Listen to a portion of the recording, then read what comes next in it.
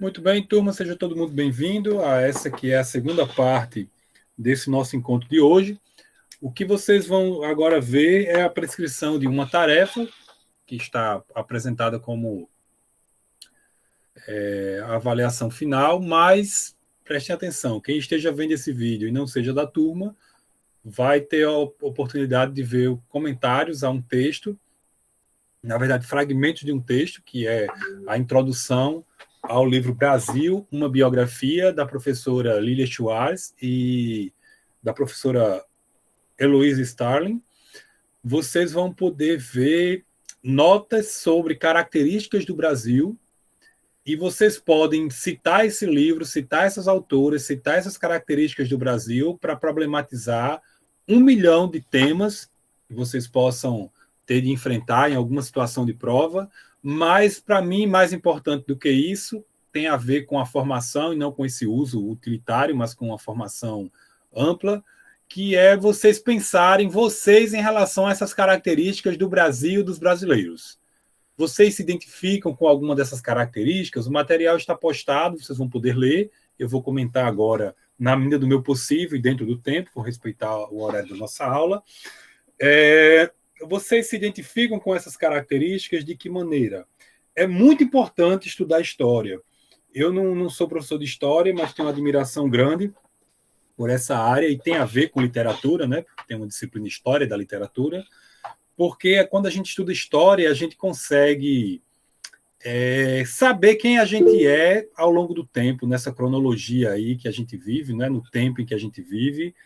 E quando a gente estuda história e desenvolve uma mente que consegue situar as coisas no tempo e relacionar com os diferentes fatos que ocorreram ao longo da história, a gente tem a chance de perceber as diferenças entre os diversos pontos de vista, as formas de conceber o mundo, tratando mais de nós que fazemos educação pública, enfim, não é?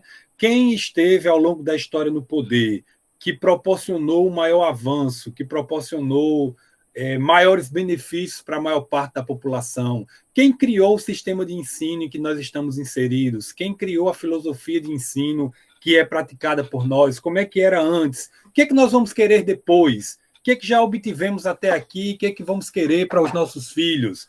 Olha que passa bem rápido. Vocês têm aí seus 15 anos ou pouco mais, mas não pensem que 10 anos vai passar numa eternidade. Quando vocês abrirem os olhos, terminaram o ensino médio e já se passaram 5, 6, 8 anos após o ensino médio.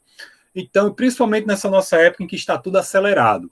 Então, veja, eu vou ler agora com vocês fragmentos desse livro Brasil, uma biografia, um livro que eu estou começando a ler, vai estar presente nos próximos módulos que eu for ministrar, uma leitura que eu vou fazer para diminuir minha ignorância de história e minha ignorância de reflexão sobre a vida, e vou compartilhar essas leituras com os alunos, mas já compartilho com vocês aqui a introdução. Vocês se identificam com algumas dessas coisas que nós vamos apresentar? Vamos dizer assim, vocês sabem a importância de uma rede federal de educação pública para um país desse nosso, que tem uma das piores educações do mundo, e que a educação é uma das piores do mundo por falta de salário digno para professor, falta de formação e capacitação docente, por falta de apoio socioeconômico para os estudantes, de condições ambientais para os estudantes poderem estudar, por falta de biblioteca. São vários fatores e, às vezes, nós vemos pessoas estupidamente, ou porque ignoram, ou porque nada entendem, e mesmo ignorando e nada entendendo, querem se pronunciar, dizendo que o problema da educação brasileira é um estudo, um teórico, é uma visão de educação, que às vezes eles até confessam que nem conhecem. É louco demais isso. Então, pensar a história nos permite pensar quem somos nós no tempo. Então, quantas lutas houve para que houvesse educação pública? Quantas lutas houve para que houvesse um sistema com investimento federal para ter uma formação ampla, que não fosse só de treinar, apertar parafuso, para que vocês pudessem ter aula de leitura, aula de literatura, aula de filosofia. Então, quando a gente estuda história, a gente consegue perceber o que é completamente diferente ao longo do tempo e também perceber o que, embora parecido, também guarda suas diferenças. Que é para nós não estarmos, como trabalhadores, filhos de trabalhadores, tendo uma mente que colocaram na cabeça da gente, mente de patrão, mente de chefe, mente de quem tem milhões. De repente, na internet surgiu um fenômeno de pessoas que dizem entender de economia, mas na verdade não é ciência econômica, é pura visão de mundo, que passa, por exemplo, para um trabalhador da Zona Norte de Natal que estava cortando o meu cabelo uma vez, a ideia de que a Constituição garantir direitos para o povo é motivo de atraso econômico. Uma loucura sem pé nem cabeça, mas que conseguiram colocar na cabeça dele e que isso acaba se repercutindo e daqui a pouco alguém que pode ter a vida salva porque a Constituição prevê que todos têm direito à vida, alguém que tem a sua vida protegida e de repente pode ganhar uma indenização se alguém invadi-la, achar que essa mesma lei que o protege é ruim. Entenderam? Alguém achar que certa visão política que foi encabeçada por certas pessoas, e essa visão política que foi encabeçada por certas pessoas beneficiou esse alguém começar a pensar que essa visão de política, de construção social, que beneficiou a si mesma, ela é negativa. E que a melhor é que beneficia só quem tem milhões investidos, etc. e tal. Então eu vejo muito esse equívoco, e como a educação é um dos caminhos para ensinar a ver o mundo de uma maneira mais lúcida, logo que um governo se estabelece e quer exercer algum autoritarismo, a primeira figura que é perseguida é a do professor, porque eles sabem que é através da leitura, através da educação. Então, ao longo dos nossos módulos, eu não precisei tocar diretamente nessas questões, mas na medida em que eu abro o leque de possibilidades para vocês aprenderem a ler, a tentarem aprender a compreender, a pensar por si mesmos, produzindo textos, eu dou a chance de que vocês enxerguem a vida por vocês mesmos. Diga, tem alguém com a mão levantada, foi sem querer ou quer falar? O senhor acha que por que existe tanta polarização política no Brasil? Não é no Brasil, não, é no mundo. Enquanto existir história, vai ser assim. Eu não acho nada sobre isso. Eu vejo que é uma coisa que é natural. Sempre vai ter quem se beneficia, quem quer o poder, quem quer mais e mais poder, mais e mais riqueza. Vai ter aquele que é indiferente a tudo e vão ter aqueles que vão lutar para que a situação modifique. Se você olhar ao longo da história, é o tempo todo isso. Na Grécia, na Roma, no feudalismo, no capitalismo, enfim. Agora, há um trabalho permanente de busca por apresentar uma verdade conveniente a quem se beneficia, a quem tem privilégios, e há um trabalho permanente para que quem não está beneficiado, quem é o prejudicado, aceite essa verdade conveniente. Esse trabalho é permanente. É uma coisa constante, constante, constante. Diga. A vacinação? Não, a gente está só avisando que houve, né? E depois vamos passar. Você ainda quer falar? Quem levantou a mão ou está levantado? Depois eles vão estar passando. Porque tem muito discurso, né, maniqueísta. Essa coisa do malzinho e do bonzinho, ela é um problema. Eu não trato nesses termos, não. Mesmo entre quem parece bonzinho tem malzinho, ou entre quem parece malzinho tem alguma coisa de bonzinho, mas existem coisas ao longo da história que são simplesmente inaceitáveis, né?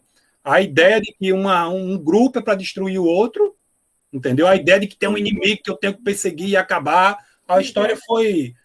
Toda vez que apareceu isso, só deu mortandade, só deu desgraça, só deu atraso. Mas a ideia de polarização, nunca quem tem privilégio vai querer abrir mão dos seus privilégios. Nunca quem tem carreira garantida, emprego garantido, salário alto garantido, riqueza garantida, nunca quem tem seus privilégios vai querer que a grande massa tenha mais participação, tenha mais direitos, avance. Sempre, para conseguir algum avanço, tem de ser radical, tem de ir na raiz.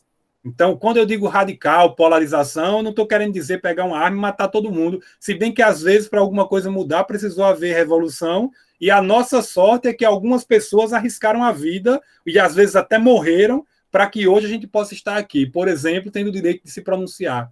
Por exemplo, tendo o direito de não ter a nossa casa invadida. Por exemplo, tendo o direito de não ter nossa intimidade invadida. Por exemplo, só sendo preso se tiver uma acusação e o devido processo legal. Então, muitas pessoas morreram, muitas pessoas dedicaram suas vidas para que vocês pudessem ter a liberdade que têm, para que eu possa ter a liberdade que tenho, para que nós possamos sonhar, para que nós tenhamos uma educação. Muitas pessoas dedicaram a vida todinha para que existisse uma carreira federal de educação técnico-tecnológica e que isso fosse para os interiores e que isso chegasse a lugares em que não tinha nem esperança de ter uma educação pública com maiores investimentos. E aí quem tem o maior poder financeiro, que é a União, né, o governo federal, vou dizer assim, poder investir diretamente nisso, estou trazendo para a nossa realidade, entendeu? Então, para isso ser conseguido, foram anos e anos de luta, de dedicação, de busca, e eu fico com a frase famosa de certo político, que agora não lembro o nome, mas latino-americano, que diz: se você não luta, por favor, não atrapalha, não critica quem luta, né? Então, uma parte está indiferente. Uma parte está trabalhando permanentemente para ter algum avanço, alguma mudança. E uma pequena parte trabalha todo santo dia para não ter mudança alguma. Eu não lembro mais porque eu comecei a falar disso, mas agora eu lembrei. Porque nós vamos ler aqui um texto de história que mostra muitas características do brasileiro que nós precisamos pensar se nós vamos cultivar ou se nós vamos negar ao longo da nossa vida, do nosso amadurecimento, tá? Então, deixa eu compartilhar. A mão ainda está levantada. Você quer falar ainda?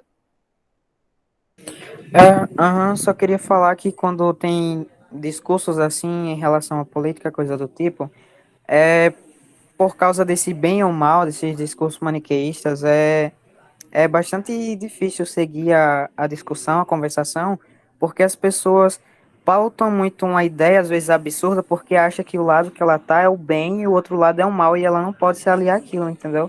Aí por isso que priva muito, como é que se fala?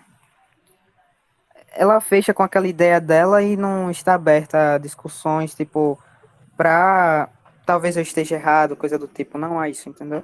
Entendi. Você quer comentar mais alguma coisa? Não, só isso mesmo. Tá jóia. Tudo certo que você está dizendo. Então, deixa eu compartilhar aqui a tela para ler com vocês esses fragmentos e mostrar a tarefa que está prescrita para vocês fazerem. Tem gente que se orgulha de não mudar. E a nossa época virou o elogio do burro, que é até uma ofensa ao animal, né? O elogio do estúpido mesmo, sabe? Ao invés... Eu noto nesses últimos, sei lá, 5, 6 anos, com esses fenômenos aí de tanta plataforma e tal, enfim, digitais e tal, deve ter a ver com isso, que tem um conjunto de pessoas que estão se identificando com quem é fracassado, com quem é ignorante, com quem não frequentou o sistema regular de ensino, não tem uma formação de nível superior, de fazer pesquisa, etc., mas diz que sabe tudo. Tem um fenômeno da nossa época, de o pós-verdade, né, a negação, enfim, de uma revisão ignorante, a ponto de dizer que a Terra é plana, entendeu? A ponto de muitas pessoas acreditarem que você coloca um chip com inteligência artificial dentro de uma vacina e essas pessoas bancam as inteligentes, bancam as sabichonas, sabe? Aí eu não sei se desses ignorantes tem uma parte que é má fé, que usa disso para algum benefício próprio, ou se é pura estupidez mesmo, entendeu? Não tenho ideia, é uma coisa que eu ainda vou entender. Mas esse nosso período é um período barra pesada. Sorte de vocês que vocês estão dentro de uma instituição de ensino e vocês têm a chance de pensar, de ler, de aprender a ler, para ler a si, para ler o mundo, etc. e tal. Então, a atividade avaliativa final, dados os fragmentos seguintes do livro Brasil, uma biografia, de autoria de Lilian Schwartz e de Eloise Sterling, copie, aí vocês vão copiar 10 períodos e vão identificar 2 termos, livremente 2 termos, certo?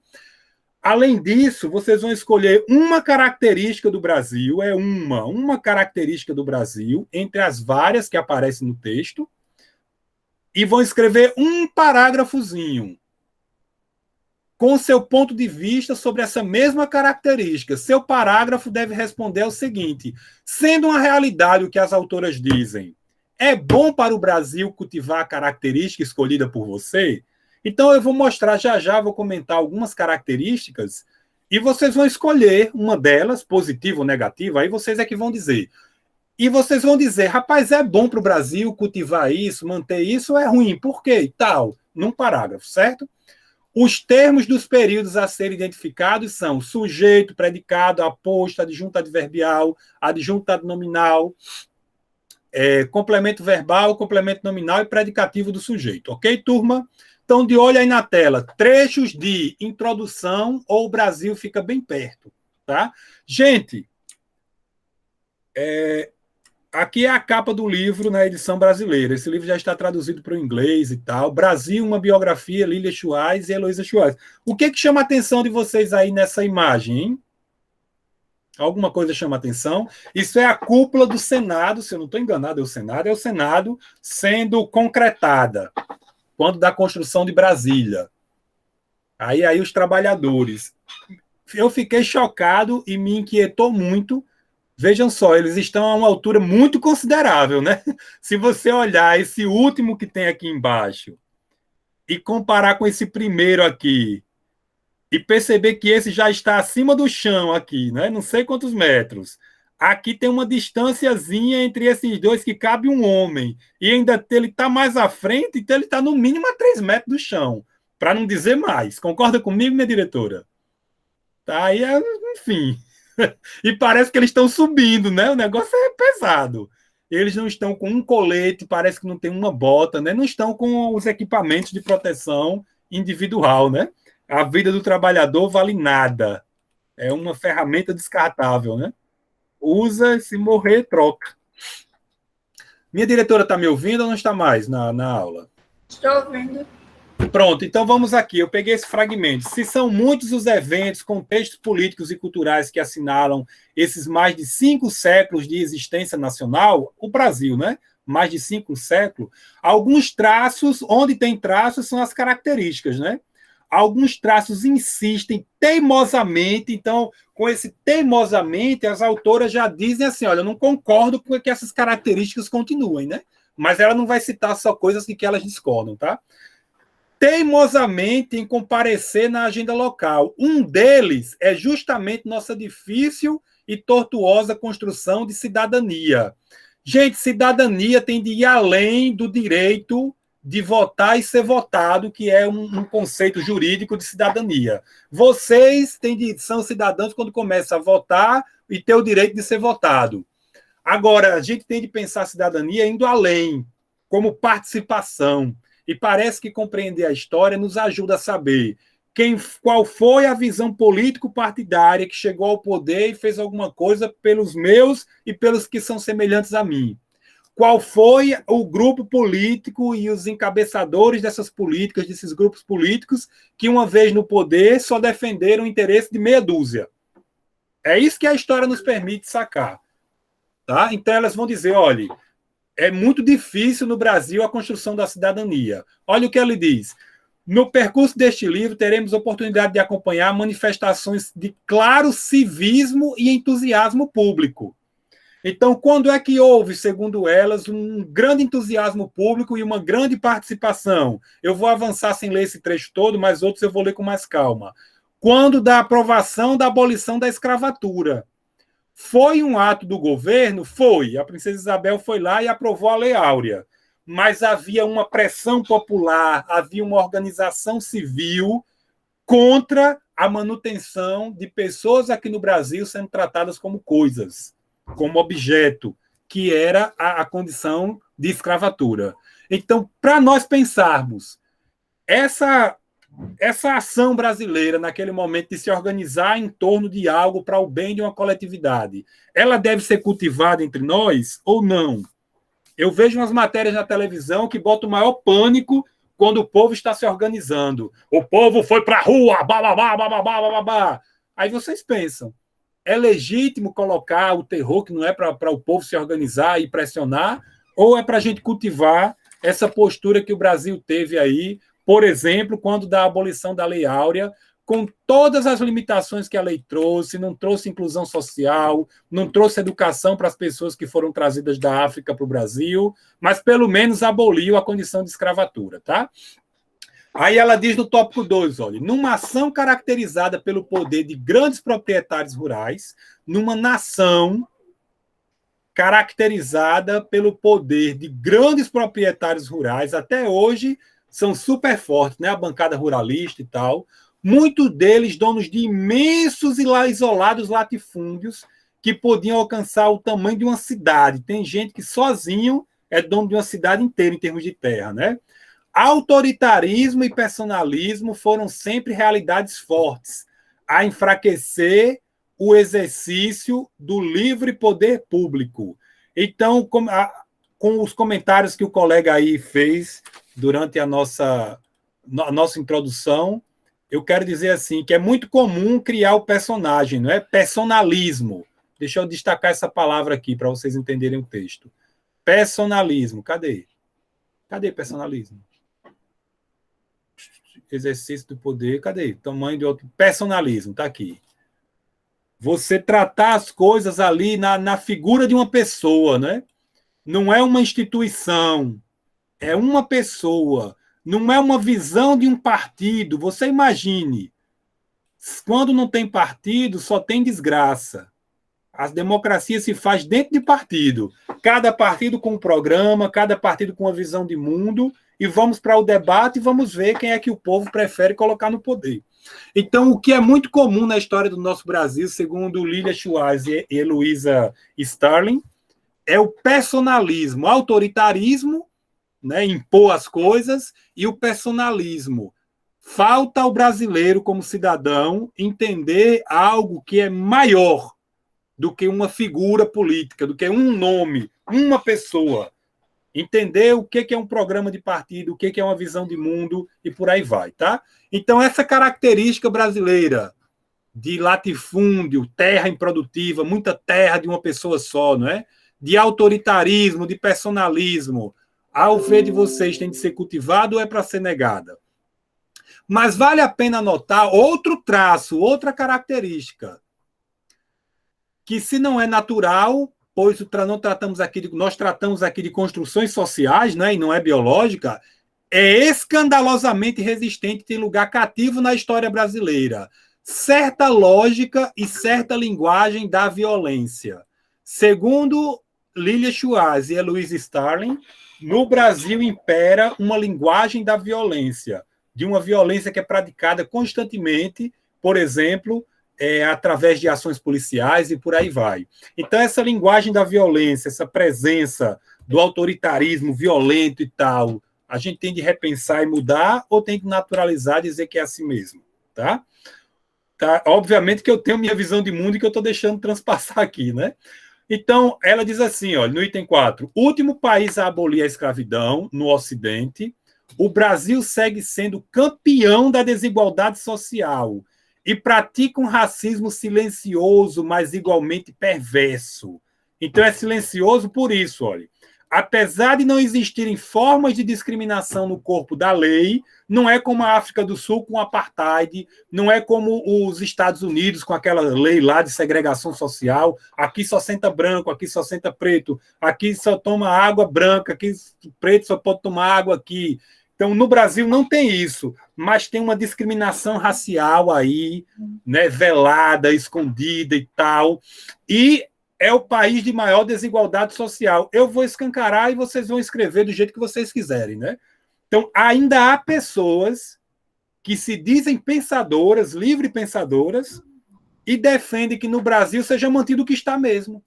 Eu quero que conserve isso aí. A maior desigualdade social do mundo é um país em que meia dúzia produz bens de luxo, de altíssimo luxo, e tem todos os benefícios do poder público para se manter milionário, e um país em que pessoas nascem e crescem com o risco de não terem o que comer.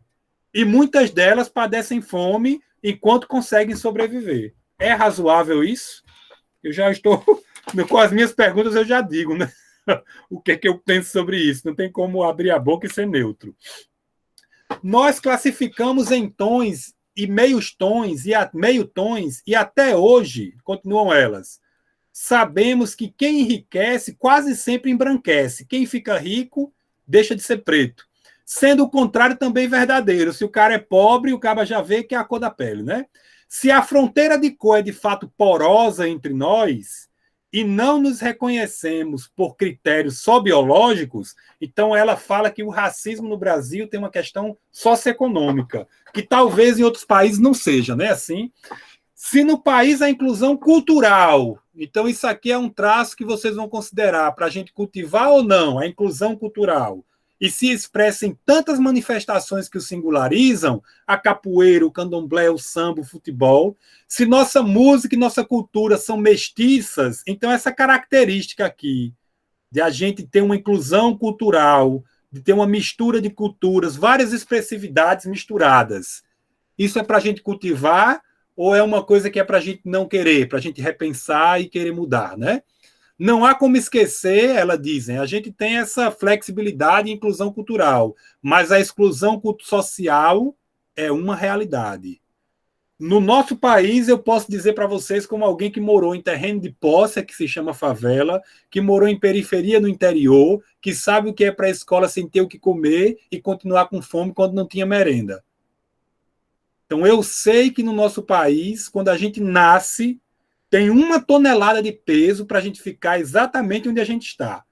Quem é pobre, quem é desfavorecido, fica excluído de processos educacionais, de formação e até mesmo de nutrição. A mente já não funciona bem, porque desde que nasce, já não tem nutriente, já não tem alimento, já não tem ferro, já não tem os nutrientes necessários para um desenvolvimento perfeito do cérebro.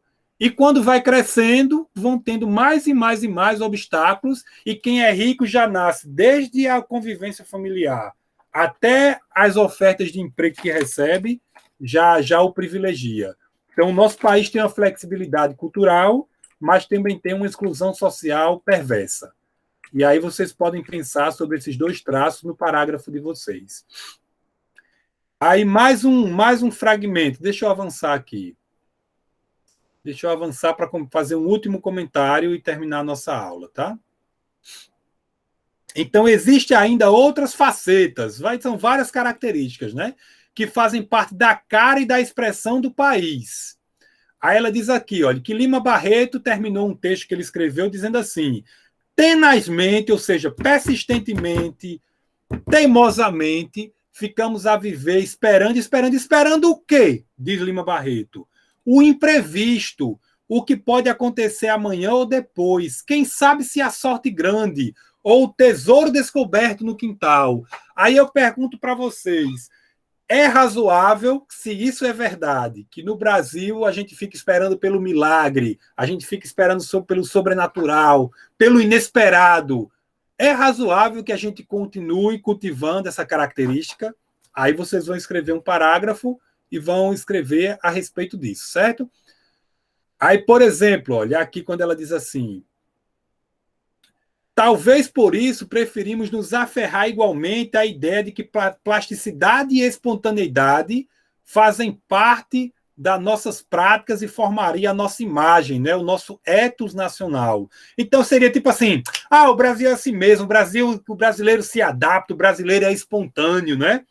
E concordar com esse bordão seria o país do imprevisto que dá certo. E aí também se explica o provérbio que mal esconde a certeza. O povo pode dizer brincando, na visão dessas autoras, Lilian Schwartz e Heloísa Starling, mas parece que o povo acredita mesmo que Deus é brasileiro.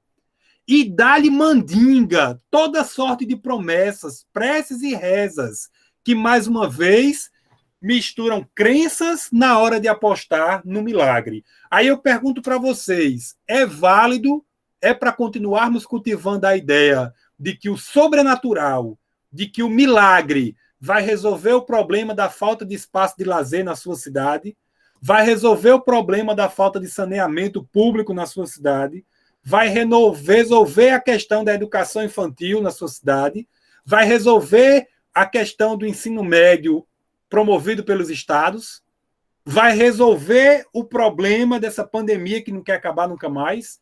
É o sobrenatural, é a intervenção divina, é uma mandinga, é um despacho, é uma reza, é uma prece, uma novena, seja o que for, ou é a participação cidadã, é a organização em torno de uma ideia, é a intervenção na comunidade que resolve os nossos problemas, sem negar nada da fé, que quem quiser acreditar, acredite no que quiser. Então, Heloísa Starling e Lilia Schwartz apresentam para nós essas reflexões que vocês podem usar em qualquer produção textual que vocês forem fazer ao longo da vida de vocês. E como diz a sabedoria bíblica, a porta é estreita que leva à salvação e o caminho é largo que leva à perdição. Nós terminamos aí esse nosso encontro, tem dizendo ali, só com uma pequeníssima fração de quem o começou, mas certamente são essas pessoas que vão, enfim, obter maior sucesso, tá? Então é isso, eu vou interromper aqui a nossa gravação. Parabéns a quem permaneceu.